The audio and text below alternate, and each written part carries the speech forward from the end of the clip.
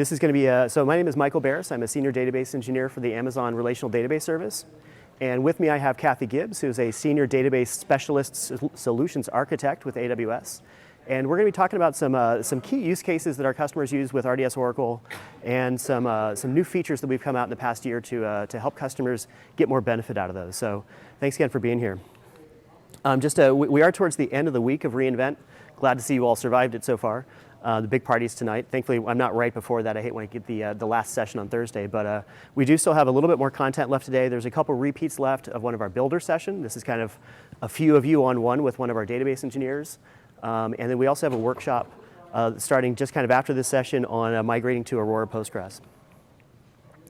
So what we're going to be talking about today is, again, I'm going to take a look at 4 key areas where our customers have a lot of important use cases and areas where we've come out with new features, and then Kathy's going to take you through a demo of monitoring performance with RDS Oracle, kind of help you understand what you can do, how you can leverage the ways, the methodologies that you've been working with as DBAs for years and use those with RDS Oracle. One thing I want to add that's not on the agenda, just real quick, is anyone using the SSL for encrypting connections to RDS Oracle or any RDS engine? Great, a few of you, not a lot. Do be aware, the SSL certificates used for for our RDS instances last for 5 years. The 2015 CA expiration is coming up in March. So we do have a new certificate authority. You need to get new certificates in your client wallets, get your RDS instances updated to use those new CAs. So I'm not going to go into depth on how to do that, but make sure that you know what I'm talking about. Make sure it's on your radar.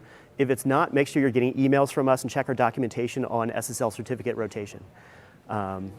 Otherwise, let's go ahead and then take it. I'm not going to go into depth on RDS as a service. So this is a 300 level session, so we're going to go pretty deep. So I'm going to assume that you know kind of what RDS is, but just as a quick refresher, RDS is a managed service where we take the building blocks of AWS infrastructure services and we provide you a fully managed database experience where instead of having to put together servers and storage and install software and upgrade operating systems and do the work that you're used to doing yourself, we take that undifferentiated heavy lifting and build automation that does that for you. So the way that I like to think of RDS is it's automation software that does infrastructure DBA tasks. So kind of at the bottom here, this layer is really what RDS is. And when you make an API call to create a database instance or click a few buttons in our GUI, what we're going to do is we're going to do all the work of allocating EC2 instances, create EBS volumes, put them all together, run some database software, start up a database listener, and then let you and your applications connect to the database. And kind of your route into the database is through this database listener endpoint. So you don't have access to the host infrastructure, you don't have access to the operating system or the storage, you're not worrying about replacing things yourself or upgrading things yourself. We do that for you, but you do everything through the database listener, and once you're inside the database, it's your database. If you need high availability, we have push button high availability with multi-AZ. You just enable the multi-AZ option on your instance. And our automation does all the work of setting up an identical copy of that same infrastructure in another physically separate facility, another availability zone. We'll set up synchronous physical replication, and then we'll monitor that infrastructure and automatically fail over and recover from any sort of outages that you encounter.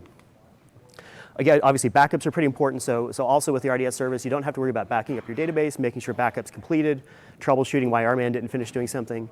Just enable backup, set backup retention, and we'll automatically back up your database. So kind of at a snapshot, a quick high overview level, this is the way I like to think of RDS. It's automation software running your infrastructure. So let's take a quick look at the first use case. So obviously, loading data into your instance is an important part of what we need to do as Oracle DBAs. So we see a lot of net new development going against some of the open source database engines, Postgres and MySQL, but we see a lot of Oracle customers coming with existing workloads on premises they need to bring into the cloud. And so how do you get access to that? So our goal here is to load large amounts of data into the system. We support up to 64 terabytes on instances today, so you're probably bringing some of these pretty big workloads today.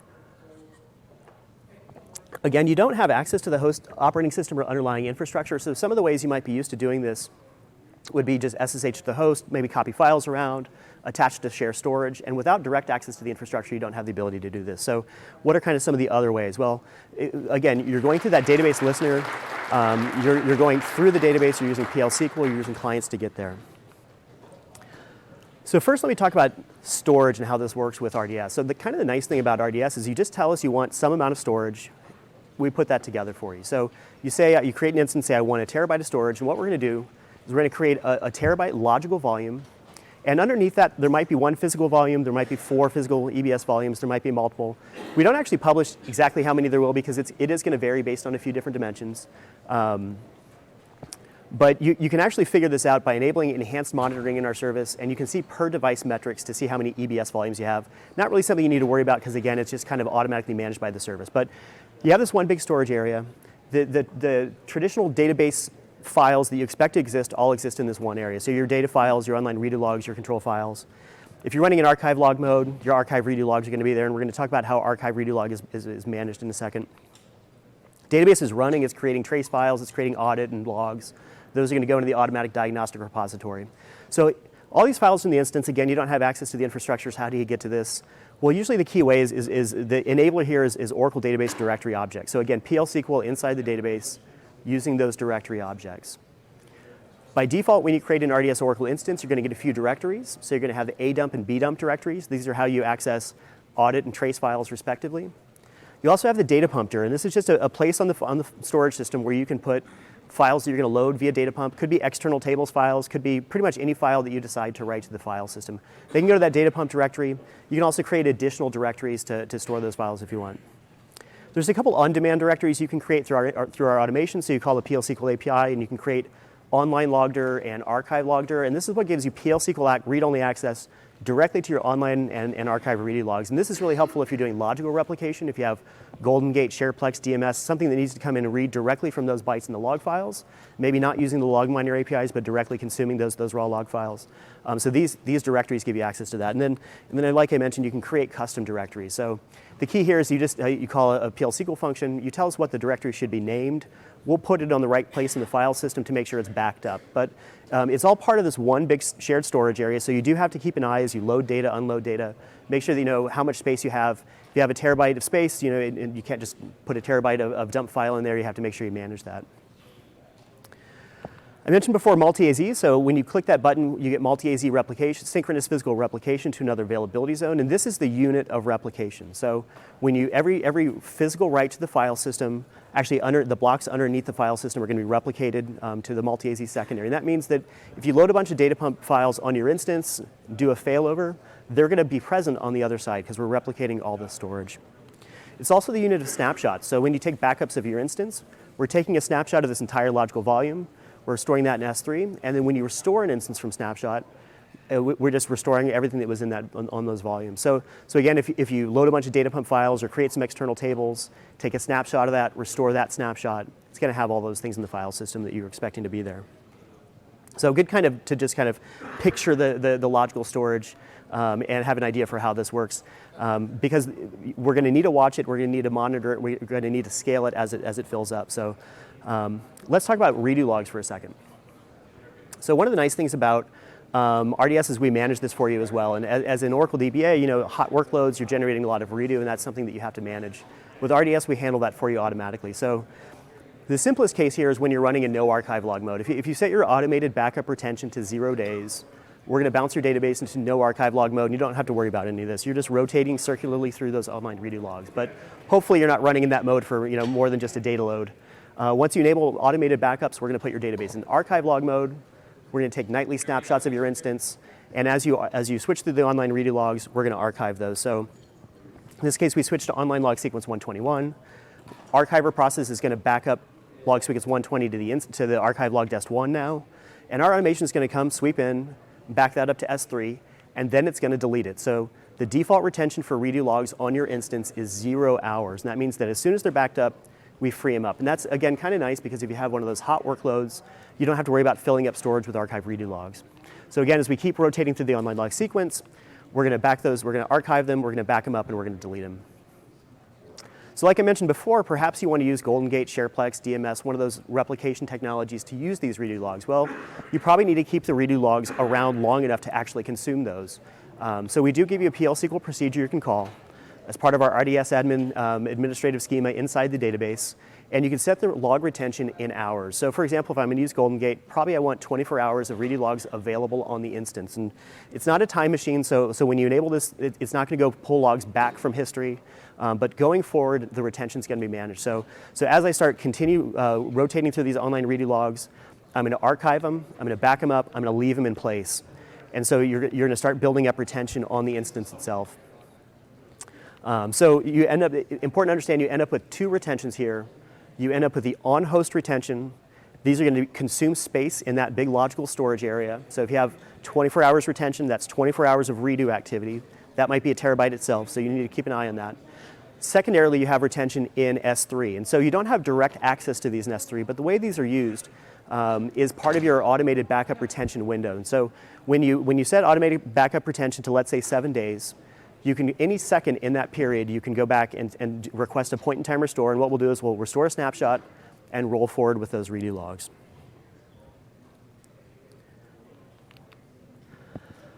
So let's talk about scaling that storage. So I've provisioned a terabyte of storage, but at some point I'm going to fill that, hopefully. You've got databases that are doing work, they're generating data.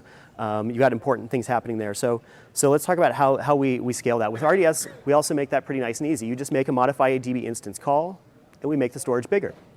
We are based on Amazon EBS elastic volumes, and that means that we simply take the underlying physical volumes, we tell them to grow, and that takes a few seconds. And then once that's done, we extend our logical volume, we extend our file system, and now you have that 2 terabytes available to you. You want to keep growing as high as 64 terabytes today.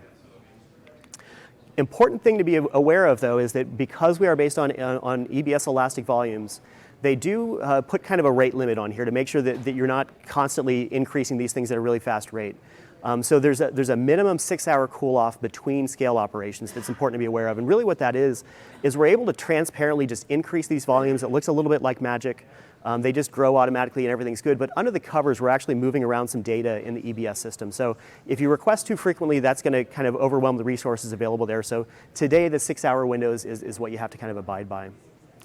You can also change IOPS. So with the same API call, if you're using our provisioned IOPS storage, perhaps you have a big sale coming up this weekend and you want to go from 10,000 IOPS to 20,000 IOPS. Again, this is an online call. It doesn't take any performance impact on your system. You just tell us that you want to go to 20,000 IOPS, and we'll make that 20,000 IOPS. And today we support up to 80,000 IOPS with our RDS for Oracle instances. Again, you still have that 6-hour cooldown period between these. It's at least 6 hours, so maybe on a really, really large instance, if you have 60 terabytes of data, perhaps it takes a little bit longer there. You'll see in the console what state you're in after you've made a storage change and whether you're able to make a next storage change. So the key thing there, with a 6-hour window is if you're growing fast, if you're at 1 terabyte and you're about to fill that up, maybe don't add 10 gigabytes, maybe add 100 gigabytes or another terabyte or whatever you need. Make sure you have enough space added to it to cover that 6-hour window that you're running into. We also launched a new feature this year to help with this called RDS storage auto scaling. And with this, you don't have to make the API call at all. You just tell us how much storage you want, what your upper limit for storage is. And when your instance gets to 90% full for more than 5 minutes, so if you have a dump file get created or something and it fills up space really briefly and comes back down, we'll give 5 minutes to make sure you really are using that space. We'll automatically make that call and scale you by currently 12%. So either 5 gigs or 12% for really small instance, it might be 5 gigs. For larger instances, it's going to be 12% of instance storage. Fill it up to 90% again, we're going to scale you up by 12% again. And again, this does need to abide by that 6-hour cooldown period. So how do we get data into this storage? So obviously through the client, through the database, your application is writing to the database, it's doing DML. That's going to work. But when we want to get data in bulk, we've added a new feature this year called Amazon, the S3 integration option for RDS Oracle. And really what this is doing is it's just building the automation to allow us to do on your behalf AWS SDK S3 copy from S3 to your instance. And then once it's on the instance, on that big pile of instance storage, you're able to consume it either through data pump, external tables, PL SQL, whatever you want to use. Installation's pretty straightforward. You simply create a policy in AWS IAM that gives privileges to access that bucket. You create an IAM role that contains that policy. You attach that role to your instance, and then you add the S3 integration option. So this is all covered in our documentation. Pretty straightforward. It's a one-time setup. And once it's there, now you have a PL SQL procedure in the database that can shuttle files back and forth between S3 buckets and your instance storage. So when we look at loading data, there's kind of classically a couple ways to do this. Traditionally, it was all remote. So you had your legacy IMP client, you have your SQL loader, SQL developer. That's a client that's far away from the database. It can read data local to that client and then send it across to the database. But that was a little bit inefficient. So in 10G, Oracle came up with data pump. With data pump, the file has to be stored locally to the instance. And when you run the data pump API, whether that's running through PL/SQL on the instance or through the MTP client, which can run from anywhere that can connect to the instance, the actual load is going to happen local to the instance. So the way this works with the new S3 integration option is you have those dump files that you copy to S3. You run our RDS admin S3 tasks procedure. We'll automatically copy those over from your bucket as quickly as we can to your instance. And now you can use data pump or, again, external tables or whatever you want to consume those files into the database. Certainly, you can still use the remote client option. So if you have SQL Loader, if you want to use that for maybe smaller amounts of data, that certainly works. The big drawbacks to that are just that it's going to be a little bit more restrictive in terms of data types. And it's going to be a little bit slower because, again, it's consuming data local to that client and sending it in round trips across the network. For us, it's very important that customers be able to load data in and unload data out. We don't know what you're doing with your data, what's important to you, so we want to make sure that that's a fully symmetric relationship. So all this works in reverse. If you want to get data out of your instance, bring it back to other RDS Oracle instances, bring it back to on-premises. If you want to use PL/SQL to write a file to the file system in Parquet format with your data, send that to S3 and consume it with Spectrum or Redshift, you can do that with this option as well. So all this works in reverse using the same tools.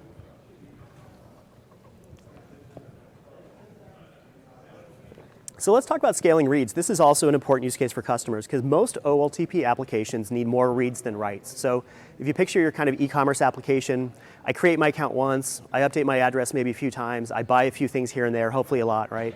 But I'm viewing product detail pages, I'm refreshing my cart, I'm doing a lot more reads than I'm doing writes. So at some point you run into infrastructure limits, and each EC2 instance type can only drive so much throughput to EBS. So at some point, you're going to see this flat line in your graph. It's a place that you really don't want to be. So this is, for example, a 4XL instance that has that 625 megabytes of throughput, aggregate read and write throughput to EBS. And what happens here is, as you hit this limit, as you see those flat lines in those graphs, the next IOs, they don't fail, it's just they're going to take a lot longer. So your latencies increase, your other applications on that database get impacted, other activity gets affected. So we want to find ways to work around this. And so classically, logical and physical replication are the way around that. So with logical replication, you need another piece of software running off your database instance. Perhaps in another EC2 instance, you've got Golden Gate, you've got SharePlex installed there. You're managing that instance yourself. You're consuming data out of redo logs. You're shipping it to another database server. We can help you a little bit with that, so we can replace that with AWS Database Migration Service, and so you don't have to manage and upgrade that replication infrastructure yourself. And you know, the nice thing about logical replication is you get some cool benefits. For example, it could be going to another RDS for Oracle instance. It could be just going to really anything, right? It's some database. It could be a Postgres database, MySQL, really can be anything you want.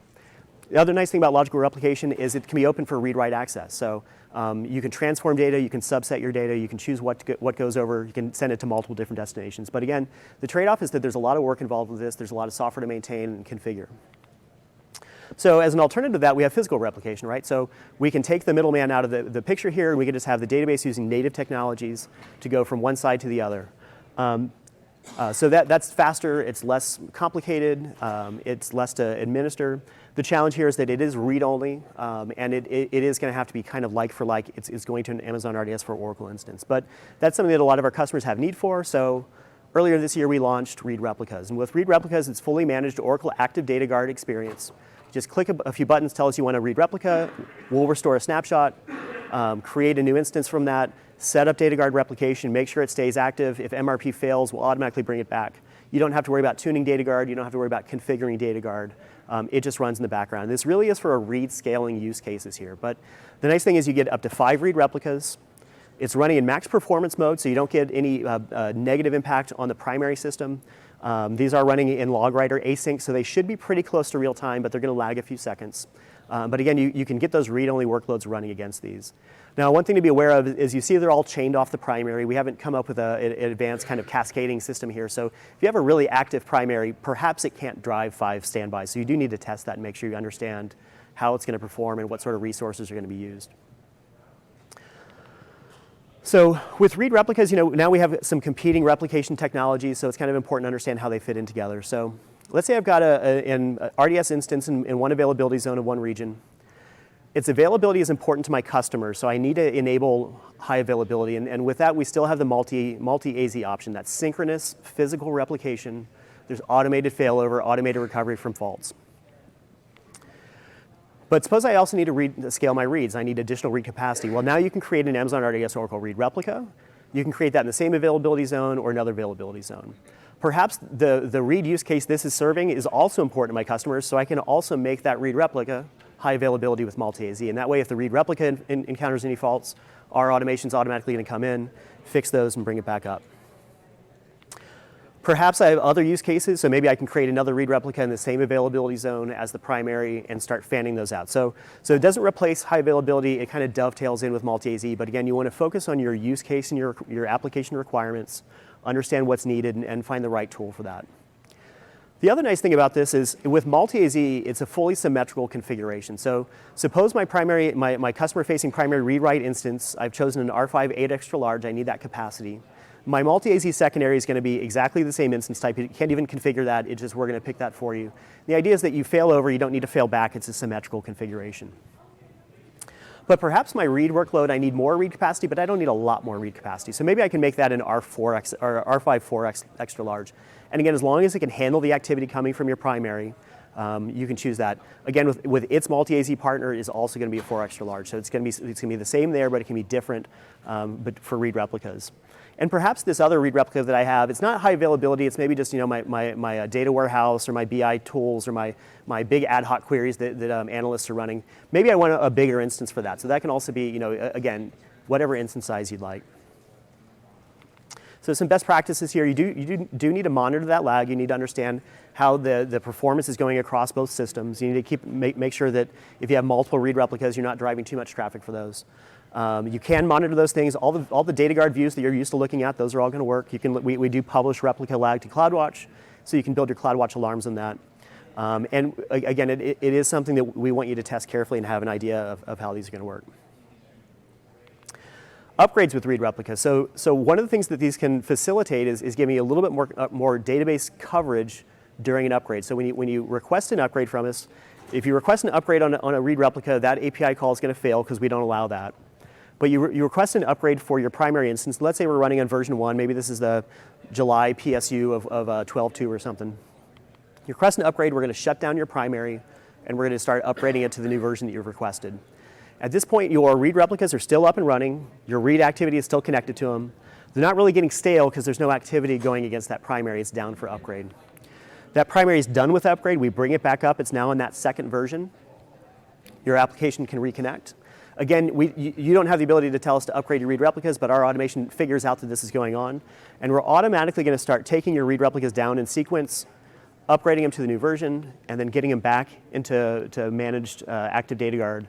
And then at some point when those are all done, you now have a fully upgraded family of databases. And the nice thing about that is for applications that you have the ability to manage your connection pools and redirect traffic based on requirements, you'll have read access to something in your database at all times during this process. So when the primary's down, the standbys are available. When the primary's back up, the standbys become unavailable in a cascading fashion. But again, this will require some coding on your side to make sure that your application pools have the ability to redirect traffic as is needed, but it can give you a little bit more coverage and availability during these upgrades. We also support promoting replicas. So this is kind of a nice feature where perhaps if you're seeding dev replication environments or you're seeding other logical replication environments, you want to start with something that's as close to your primary as you can. You can create a read replica, wait for it to get caught up. Then you call our promote read replica API, and we're basically going to take that out of replication. We're going to turn it into a new primary instance. So this can kind of be part of your DR strategy. There will be a few minutes of data loss involved with this, but that's something that you can choose to do, and this becomes a new primary. If you want to have read replicas now, this isn't switchover, so you'd have to recreate read replicas off of this new primary. But again, there's a few different use cases where that's helpful. And now, if you didn't see it last week, there's a flurry of new launches right before reInvent. We try and get things out before we get here in Vegas, but we did launch cross-region read replicas last week. So when we came up with a read replica feature in March, it was only available in region, and now these can be created cross-region as well. So again, you can have up to 5 total, but some of those can be in the same region as the primary instance. Some of them can be in a different region. And again, you could use these for DR purposes. Call that promote read replica API in the event of a fault or in the event of something you're testing.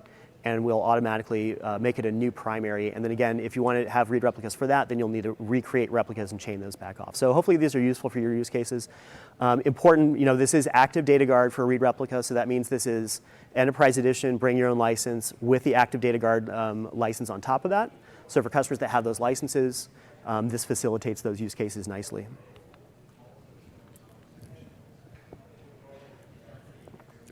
So let's talk a little bit about authentication, because this is another pain point for some of our customers. Traditionally with Oracle, most of our applications use password authentication, most of our users use password authentication, and that has some challenges. As my DBAs and engineers join and leave the company, I have to create their accounts, I have to make sure they rotate their passwords every once in a while, I have to drop their accounts, hopefully we're life cycling our users properly. When DBA leaves the company, they need to delete all my accounts so I can no longer access the database. We have to understand some of the authentication parameters, so as we get to newer versions like 18C and 19C, you have to make sure you don't have some of those legacy case-insensitive passwords and make sure those parameters are set properly. So there's a little bit of a challenge here. We do have some ways of helping with that. So generally customers already have account management systems in their own on-premises systems, and chances are those work just fine with RDS for Oracle. So if you have a system that connects to the database either on demand or when a user joins your company, connects to the database, creates the user, maybe sets their password based on something in a central system, that'll probably work with RDS Oracle. It just needs the ability to connect to the database, it'll need to create user privilege, and it'll need the ability to grant whatever privileges and roles, but often that just works. We also have AWS Secrets Manager, which does not yet support rotation of passwords with RDS Oracle, but you can just store those in that. And that allows you to use the AWS SDK to retrieve password at runtime, so you don't have to store an application or text files or post-it notes. And we also support the Oracle Secure External Password Store. This is the client wallet that can be stored with your Oracle client, and that way it's stored securely. You still have to lifecycle the password in the database, but you can store it securely at the client side. And then that way your users may not even have to know their password. They can just log in with that client. But for customers that want to avoid some of this mess, earlier this year, or I think this summer, we launched support for Kerberos authentication. And this is a Kerberos authentication to an RDS Oracle instance against an AWS directory service AD. So this doesn't allow you to authenticate directly to your Active Directory on premises or on EC2, but we create a kind of a directory service directory in the middle, and that allows the authentication. So kind of how does this process work? First of all, your user, Alice, she's going to log into an EC2 instance perhaps. She's going to authenticate to your corp domain. So perhaps if it's a Windows instance, that just happens when they log in. If it's a Linux instance, maybe you've configured etc-b5.conf and they run knet. You're going to log into the database using /@tns alias, and then the database is going to federate that authentication back again to that managed directory service, and then if you have an on-prem directory, it's going to go back to that.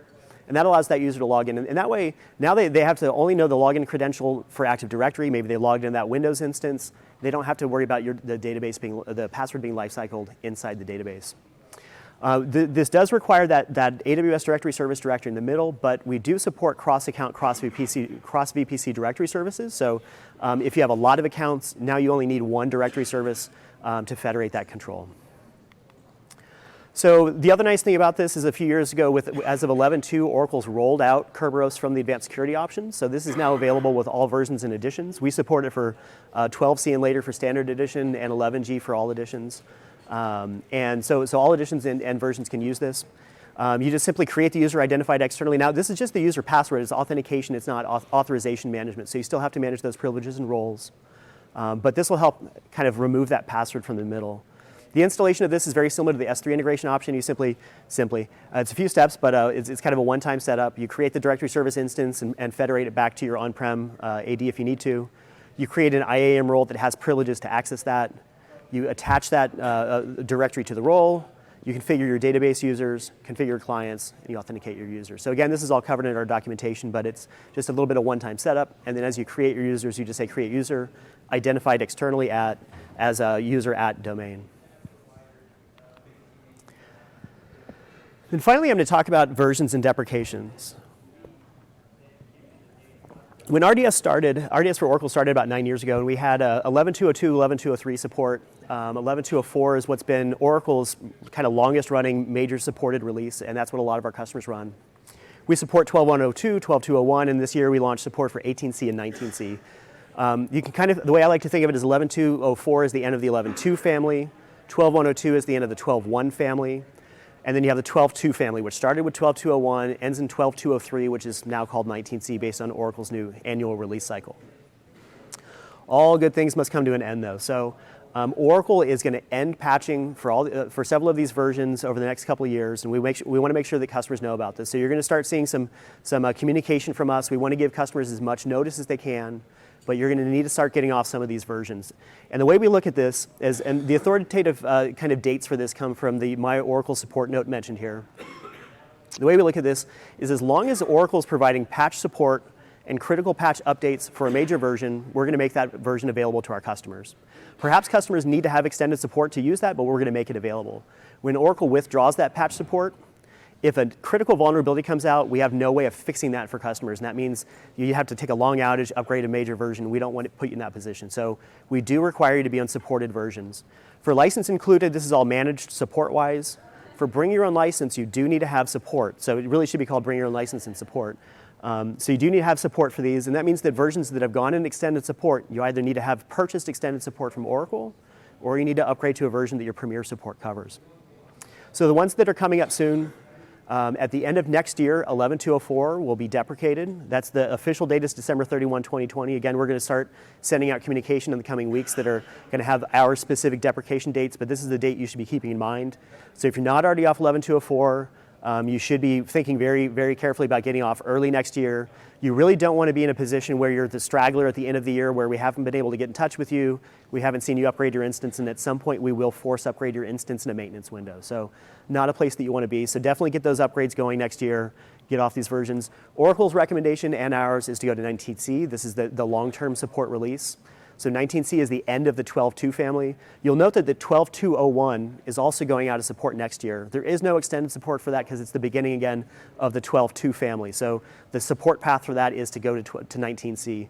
19C is supported through 2023, and for customers that purchase extended support or use license included, that'll be available through 2026. And again, we chase Oracle's support policy here, so as long as they're producing those PSUs, we'll make that available to you, but you will need to get off those at some point. Let's talk about that upgrade process real quick. So upgrades with RDS are kind of nice. You simply start with some version. In this case, this is 12.2.01 with the July 2019 release updates. You make a modified DB instance call telling us which version you want us to upgrade to.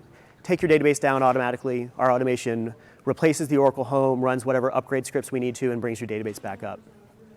This is really nice. It is one of those things that breaks the logjam sometimes that we see with on-premises customers. When they come to us, the DBAs, they want their applications to upgrade, but the application team doesn't have time to test.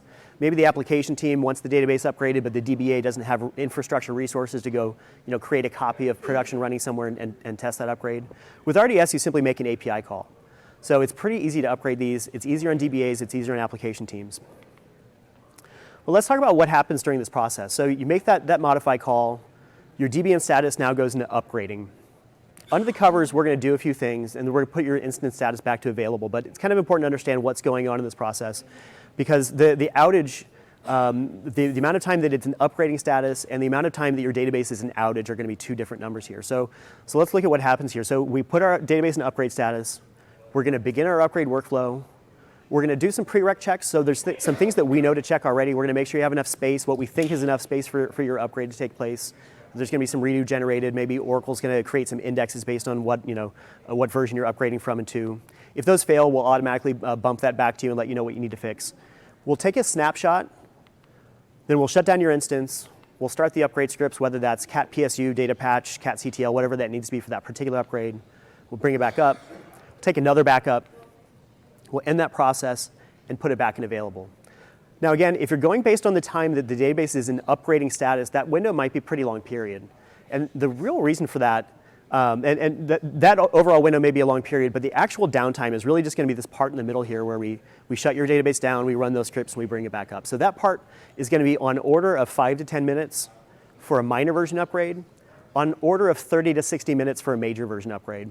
You can imagine if you have a small instance type that has 2 vCPUs and a half gig of RAM, it's going to take a long time to upgrade to 12.2. A really beefy instance, smaller database might go up pretty fast.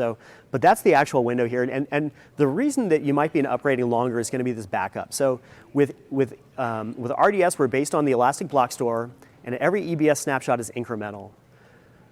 But if your last snapshot was 23 hours ago, and then you make the modified DB instance call, this snapshot is going to take a long time to complete. And if there's a lot of activity in your database, that might take a couple hours. So your database isn't down. You don't need to take your applications down, but the only visibility you have is your DB, the DB instance status is going to be upgrading. So if you took your database down, your application down because it was an upgrading status, perhaps you're going to be down for a long time that you don't need to be here. So one of the ways you can get around this is by taking a snapshot before you take that upgrade. So maybe an hour or two before you plan your upgrade, take another snapshot. What that's going to do is going to basically kind of clear out those blocks that have accrued between the last snapshot you took and now. And now this snapshot that we take is going to go much faster. And that's going to reduce, the downtime is still what the downtime is, but it's going to reduce the amount of time that the instance is in upgrading status. Also important to test upgrades. This is the other thing that breaks that logjam between the DBA and the application team sometimes is before I do that upgrade on the primary, my primary production instance, I want to test that. And it's pretty easy to do with RDS again. And the thing that makes that happen is that we're taking these snapshots. Again, if you're in automated backups, we're going to take these nightly. You can also take manual snapshots of your instance anytime you want. And you can call our API, create a new instance as a restore of that snapshot, make the modify call there. We'll do the upgrade. You can see how long that takes. We'll bring the instance up and make it available to you. Now you can do your testing. You can check for plan changes, plan flips, make sure your application code is compatible, make sure everything works as expected. And the other nice thing about RDS is once you've done that testing, once you've decided everything is good, you simply delete the instance and stop paying for it. And that brings you back to the beginning of this process where now I've done my testing, my application team has signed off on it, I pick my downtime, I make that upgrade call, and now my primary production instance is upgraded. And of course, I can do this either in the 2 steps of testing it, and instantly this testing process is fully scriptable. You can write a shell script that does this, you can write an AWS Lambda that does this. It's fully automatable. You could do this every night if you want. But you can have this process kicked off automatically, and that way the application team now doesn't have to wait on the DBA. The DBA comes up and says, hey, I've got a upgraded copy of production ready for you to test. You got a week. Let me know how the testing goes. And again, you could also do this in the 3 steps by doing that testing first. Take that snapshot an hour or so before you do the upgrade, and then do the upgrade. And then lastly, the other new feature that we launched this year is the AutoMiner version upgrade flag. It's kind of funny because we've had that flag for a long time, but actually it didn't do anything before. So this year we made the flag do something, and what this does is when you check this flag, when each quarter we're going to come out with a new release trailing Oracle's critical patch updates. We'll release that to our customers as quickly as we can. It usually takes us a month or 2 to get that built and out to customers. We'll release that. You can upgrade instances to it if you want. Once it's been out for about a month, we'll just make it an automatic upgrade for anyone who's enabled this flag. And that way, maybe your dev and test instances, you can enable this, and they automatically get upgraded, and then that upgrade just happens, and then you can continue to do your testing from there. It is kind of important to know that we don't know what your workloads are, we don't know what your instances are. Everything to us looks like a production instance, so there's no way to chain this together yet. You can't say I want these instances upgraded first, but generally I would check this on the dev test instances. I would not check this on my production instances and make production a little bit more deliberate. Other important thing to know is that this flag is required, and therefore running the latest PSU is required if you install JVM options in your database. So that's the JVM option, spatial, multimedia, or really anything that requires that JVM option to be installed. And when you install those options, we're going to require you to select this flag, and you can't unselect it. And really the reason for that is that each quarter when the CPU comes out, Oracle publishes the CVEs for what's dangerous and broken in the instance and what they're going to patch, the security updates. And at the top of that list, you're going to see CVE 9.4, 9.8, 9.6. It's always going to be JVM. So we've made the decision that if customers decide to have JVM installed in their instance, it's going to have to be upgraded each quarter. Just because we don't want customers to be in that position again where they have security vulnerabilities that are affecting them and putting them at that risk. These are optional. You don't have to install these. I would recommend you don't install these unless you need to. So if you know that your application requires Oracle Spatial and you've got that license, by all means install this. But otherwise, leave those options out, and that way you don't have to worry about this. So those are a quick look at 4 new features that we launched and the use cases they're associated with. Now I'm going to turn it over to Kathy, who's going to walk you through some performance monitoring and analysis tools we have. Thank you. Hi, everybody. You can hear me okay, correct? All right, great. So let's go ahead, monitoring performance, right? One of the biggest things that we do. I would say that this is also one of the biggest questions I get as a solution architect. The first thing, and kind of a misnomer, is that, well, I can't do things the same if I go to Oracle RDS. I don't have sys or I don't have system. I can't load agents. I can't do things the same. And I'm here to tell you that for the most part, that's not true. So we're looking at this here. This is what I normally would run. I'd run my ASH, right? I'd run my AWR reports probably much more often. This, of course, is only if you have Enterprise Edition. So Enterprise Edition is going to use AWR. I can still do that in Oracle RDS, and I'll show you a little bit around that. The other thing that we have is Oracle Stats Pack. So if you have Standard Edition and you're running that on-premise, then you probably use Stats Pack. You may use another monitoring tool. But we can certainly run Stats Pack within Oracle RDS if you just have Standard Edition and you aren't paying for those AWR reports. Custom tool and packages, well, as long as they don't need a client, which a lot of tools don't anymore, you just need a SQL connection into the database, you can still use those tools and packages that you have been using to do performance tuning. So that's a little bit of a misnomer that you can't necessarily use those. And then also I'll go into and give you a little bit of a demo on Performance Insights. How many people, by show of hands, have used or seen Performance Insights before? So a couple, but not everybody. So we'll go into that and I'll show you about Performance Insights. All right? When you kind of flip over to RDS, and you'll see me talk about this, some of the things are what's most popular that we see is the Oracle AWR report, CloudWatch metrics, and then enhanced monitoring. All right, so let's go over that a little bit more. So CloudWatch. The way that I look at this, and we'll go through step by step when I go through the demo, is that when I was an on-premise DBA, the first thing I always did is I always took the hardware out of the mix, because that would save me time, right? Sure, everybody else is the same. I want to check memory. Did the memory card go away in the host? Right, I want to check CPU, what's the CPU utilization? I want to check and also alarm on those, because that's going to obviously affect all of the performance in the database, but also make it fastest so that I can resolve it. All right, so I also do alarming on that. The next step in Oracle that kind of in Oracle RDS that follows those steps is enhanced monitoring. So if I'm on premise, I'm going to keep that kind of top or nmon or however you're going to look at those hardware notifications, and I'm going to look for that number one process. Right? Is there a couple processes that's taking all of those utilization? It's taking all of those resources, and that's what we can do with enhanced monitoring. So I still have those tools that I can look at and follow those processes. And then third, the next thing, okay, I've taken all of that out of the mix. There's not one big process that I can see.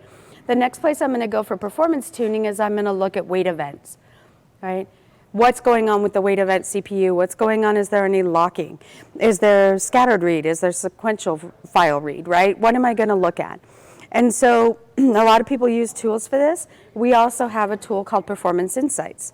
And so let's go ahead and get into that, and I'll show you kind of that process that I just spoke to, as well as a new feature that has just been announced in Performance Insights about a month ago, okay? Oops, going way too far. All right, my computer did lock, so before I show you, let me get on my computer.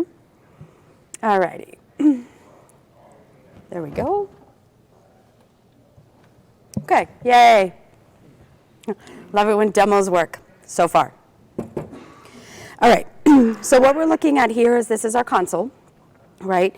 When I first log in, so what's happened to me is something that always happens. User comes to me, it's slow. Or maybe it's been slow, or it was slow 10 minutes ago, right? That's just what you get usually. So I'm going to log in this case, I'm going to go to my console, and I'm going to say, all right, this is my particular database that people are complaining about, TestDB. One of the first things you notice, this is actually in our console that I'm looking at. So I'm looking at Performance Insights here. See where that red is? That makes me think, something is going on.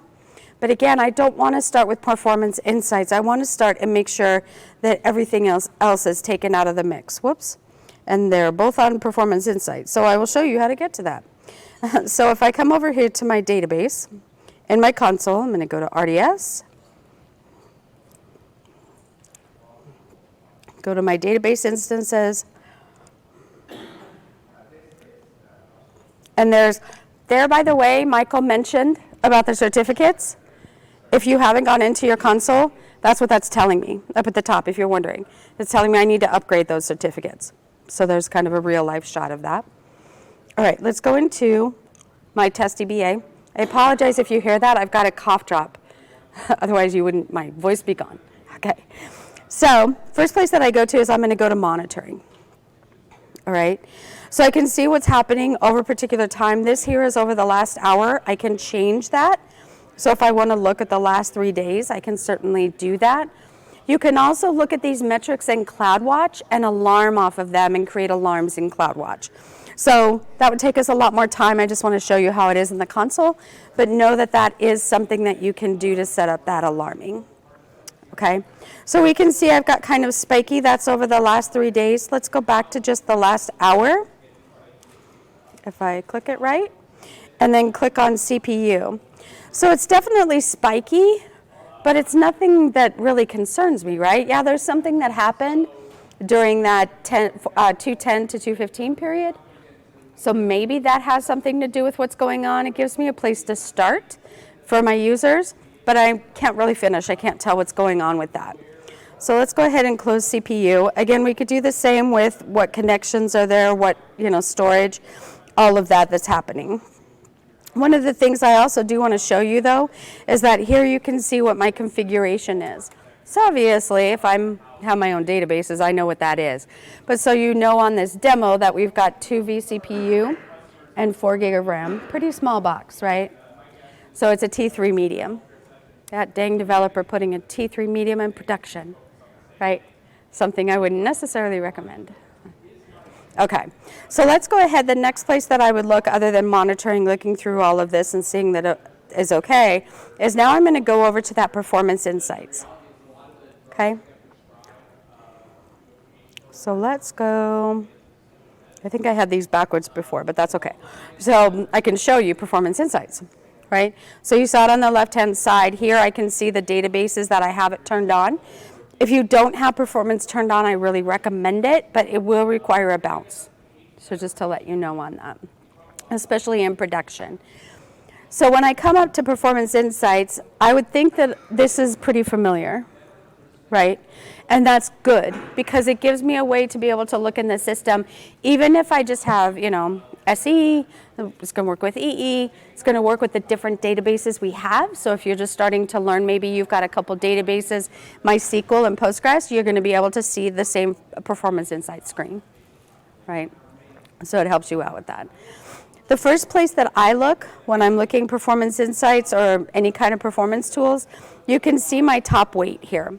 So if I click on this, it will just isolate what's going on in the system. Right? Just like the other ones if you're used to it. Okay? But I want to look at my weights and see if there's anything that's going a little crazy, right? Do I have any locking that's happening? I certainly have a lot of performance that happen. Again, look at my line here. We're talking about different sessions and different CPU and what my baseline normally would be. It's a lot higher than what I'm expecting, right, when I look at it. So I can look at the different wait events. Obviously, sequential read, well, that's good that it's doing, a lot of sequential reading. But, do I have anything that's going on maybe with locking, anything like that? So at this particular time, I don't, at least not in the last hour.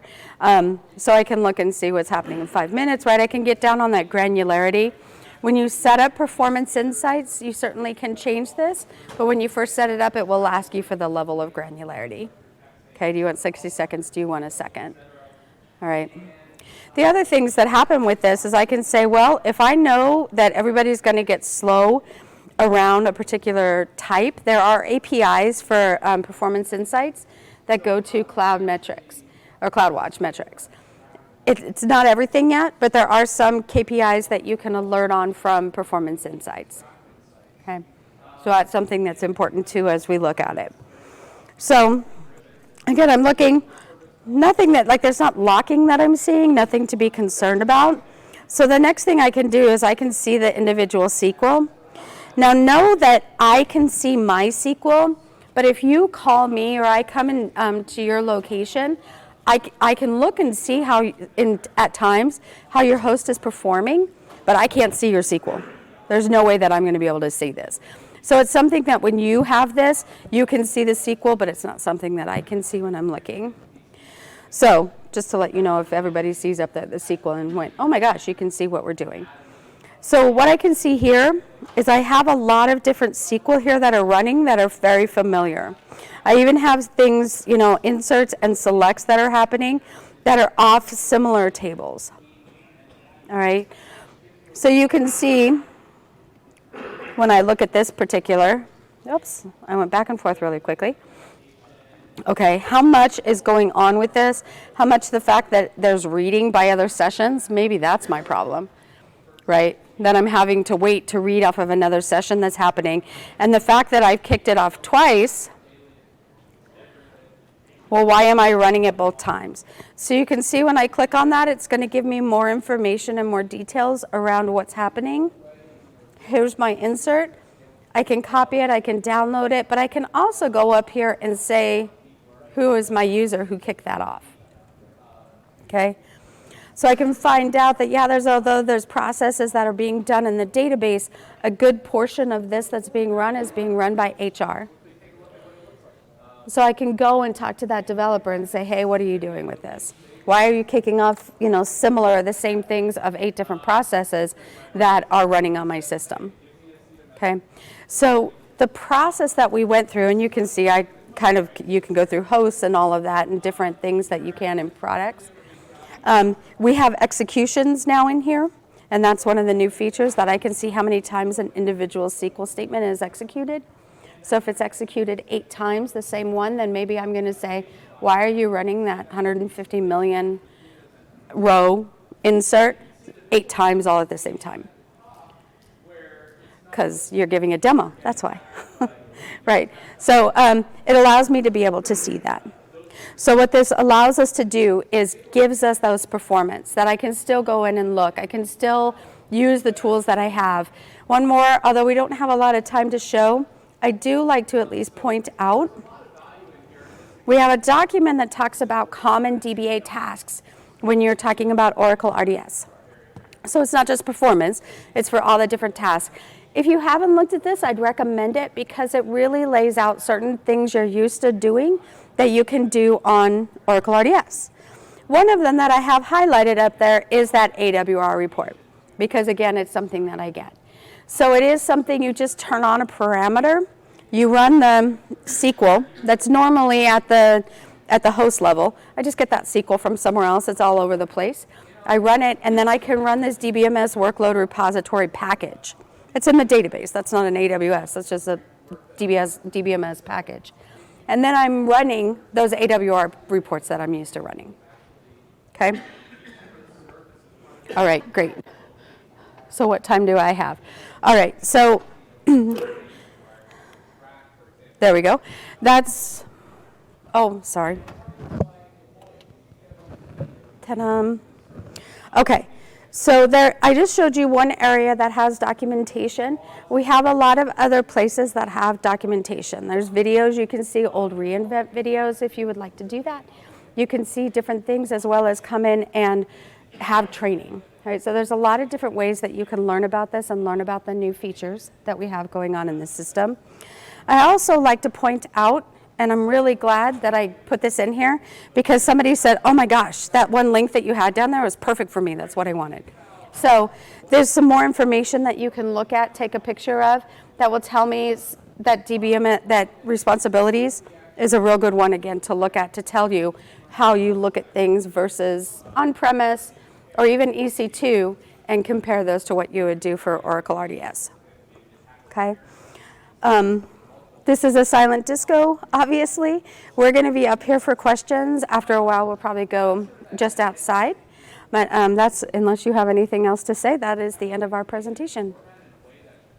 Thank you.